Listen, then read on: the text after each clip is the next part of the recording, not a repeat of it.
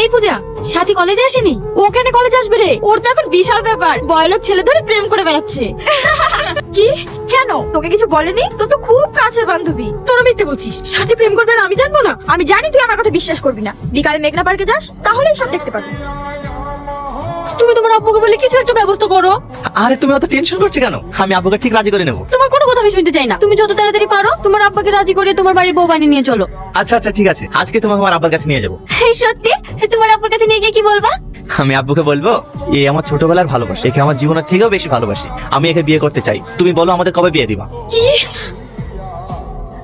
কি ব্যাপার, তুই এখানে? কে এটা সালমা? ইয়ে ইয়ে আমার বান্ধবী।